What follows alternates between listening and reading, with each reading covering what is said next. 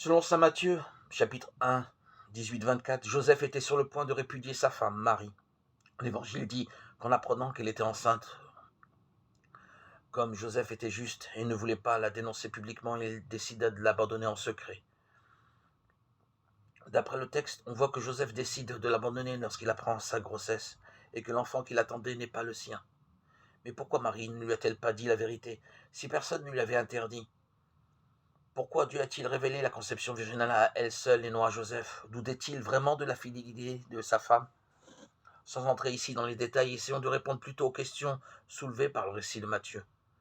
Nous avons généralement une image triste et fanée de saint Joseph.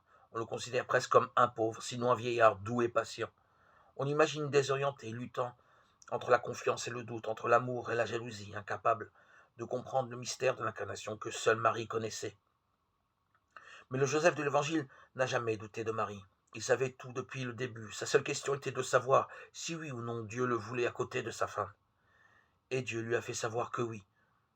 Marie et Joseph aimaient Dieu comme un couple. Ils ont été sanctifiés ensemble. C'est pourquoi aujourd'hui, où tant de familles traversent des moments de crise, il convient de rappeler que Joseph s'est sanctifié en tant que famille unie dans l'amour éternel à son épouse. Marie, c'est ainsi qu'avec Marie, nous découvrons Joseph en tant que père. Nous pouvons conclure que Joseph était un homme choisi par Dieu. On dit de Marie qu'elle était bénie entre toutes les femmes. Luc 1, 42. Sur Joseph, on a écrit que c'était injuste. Matthieu 1, 19.